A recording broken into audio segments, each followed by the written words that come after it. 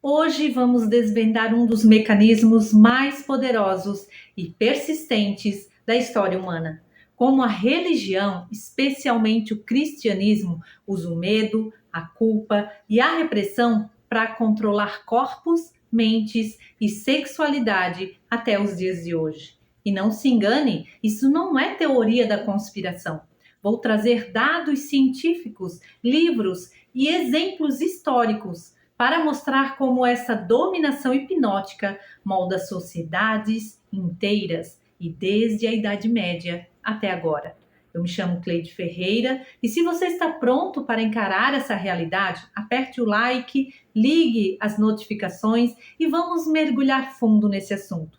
Se você não gostar do vídeo, pode tirar o like depois. Assim você me ajuda a trazer mais conteúdos como esse.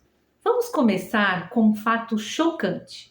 A ideia de que o desejo sexual é pecaminoso não tem nada a ver com Deus, mas sim com uma construção humana.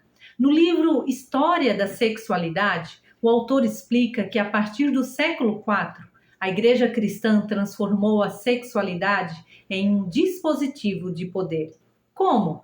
Usando confessionários, sermões e a ideia de pecado original para vigiar e punir qualquer comportamento que fugisse do casamento heterossexual e da procriação. Quero trazer um fato que pode chocar. O cristianismo original não tinha papa, nem cultos, nem celibato, pastor ou bispo. Nos primeiros séculos, era um movimento underground, de comunidades que seguiam os ensinos de Jesus, sem hierarquia, sem domínio. Tudo mudou no ano 313 depois de Cristo, quando o imperador romano Constantino legalizou o cristianismo e depois o transformou em uma religião oficial do império. Foi aí que nasceu o catolicismo, uma fusão entre a espiritualidade cristã e a máquina burocrática de Roma. Agostinho de Hipona foi um dos arquitetos dessa doutrina, vinculando pecado, culpa e controle do corpo à estrutura de poder da igreja. Mas aí veio a reforma protestante. Martinho Lutero, Calvino e outros rebeldes desafiaram a autoridade do Papa, vendendo a ideia de que todos podem ler a Bíblia. Antes só eles tinham acesso.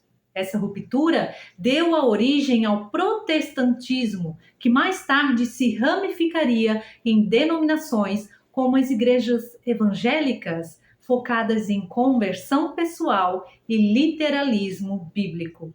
Ou seja, enquanto o catolicismo consolidou o império centralizado, os evangélicos surgiram como outsiders, prometendo liberdade.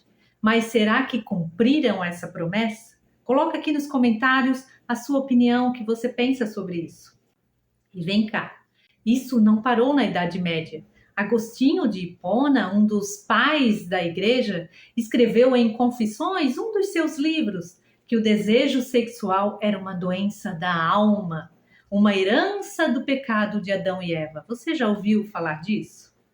Essa visão criou uma ditadura da culpa, onde até o prazer dentro do casamento era visto como suspeita. Aqui está o pulo do gato. A igreja não queria salvar almas. Na verdade, o que ela queria era controle social.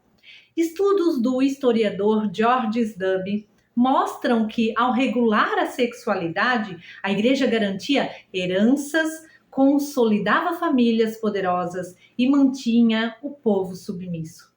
Quem ousasse desafiar essas normas, como homossexuais ou mulheres independentes, era queimado na fogueira ou marcado como degenerado. Agora você deve estar pensando: ah, Cleide, mas isso é passado, já foi há muito tempo atrás. Aí que você se engana. A dominação hipnótica continua nos dias de hoje, só que com novas roupagens. Vamos aos dados. controle através do medo do inferno. Um estudo de 2020 da Universidade de Baylor, nos Estados Unidos, mostrou que 63% dos cristãos evangélicos acreditam que atos sexuais fora do casamento levam à condenação eterna. Esse medo não é espiritual, é químico. Pesquisas de neurociência, como as do Dr. Jordan Grefman, revelam que ameaças religiosas ativam a amígdala cerebral, a mesma região que responde a perigos físicos, gerando ansiedade e conformidade. Outro dado é a patologização da sexualidade. Até 1990, a homossexualidade era classificada como transtorno mental no Manual de Psicologia, influência direta de dogmas religiosos. Você sabia que hoje existem algumas linhas terapêuticas baseadas em ideias religiosas, chamadas da terapia de conversão? E o resultado disso? Um estudo de 2018 de um jornal da homossexualidade americano mostrou que 80% dos sobreviventes relatam depressão e ideias suicidas.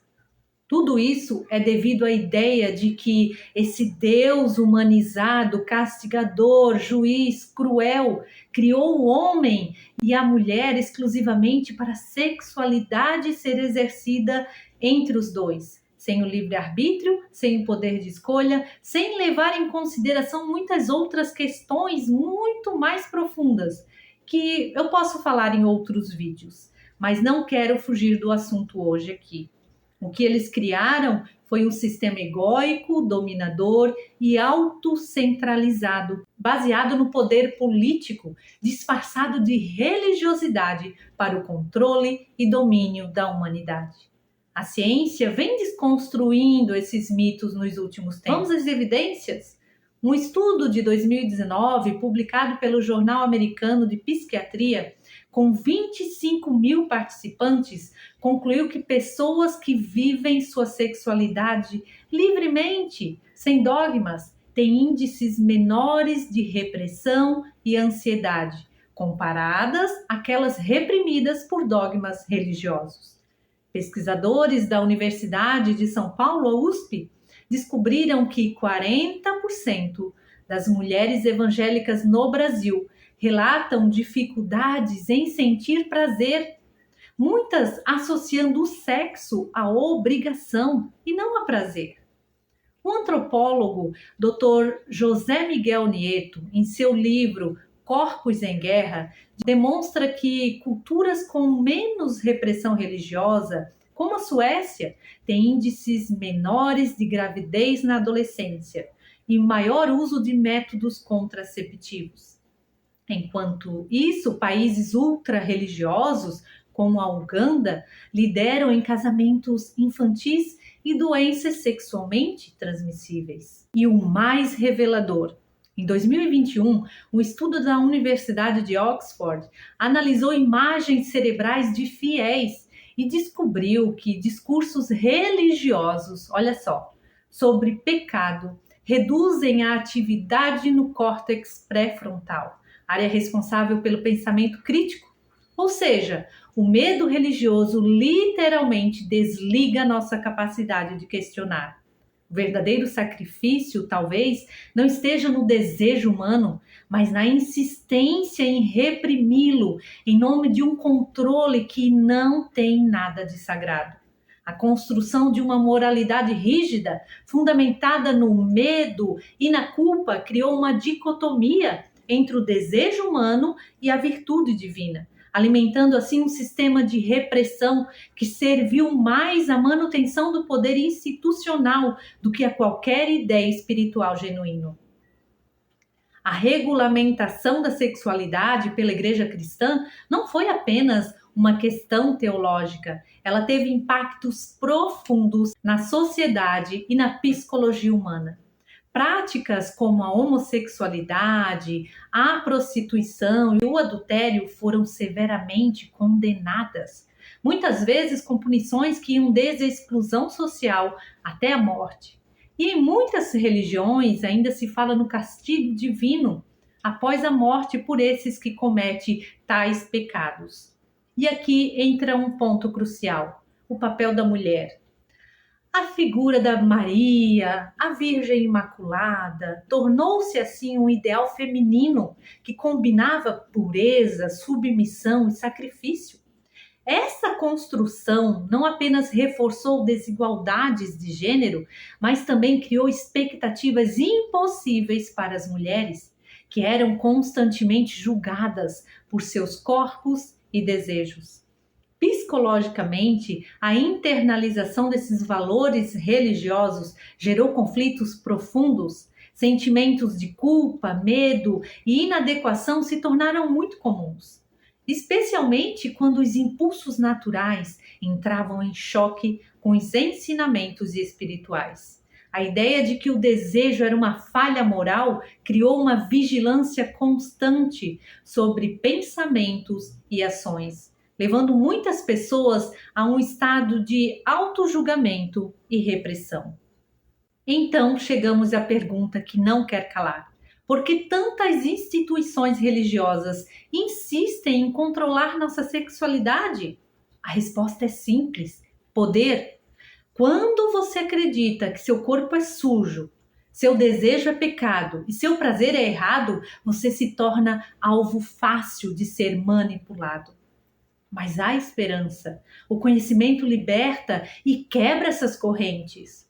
Países como a Nova Zelândia e o Canadá, onde a religião perdeu espaço no Estado, mostram que é possível viver uma sexualidade saudável, sem culpa. Se você é religioso, eu não estou aqui para atacar a sua fé, não estou contra você. Eu estou aqui para questionar quem lucra com o seu medo. Porque um Deus que é amor, como dizem, não precisa de ameaças para ser respeitado e nem precisa de honra e veneração. Ele estaria nas escolhas sem julgamentos, no respeito às diferenças e na libertação daqueles que a religião feriu. Se esse vídeo fez você refletir, deixe o seu like, compartilhe e diga a quem serve o controle e a dominação aqui embaixo nos comentários. O conhecimento é a melhor arma contra a dominação. Fique bem, fique em paz e até o próximo vídeo.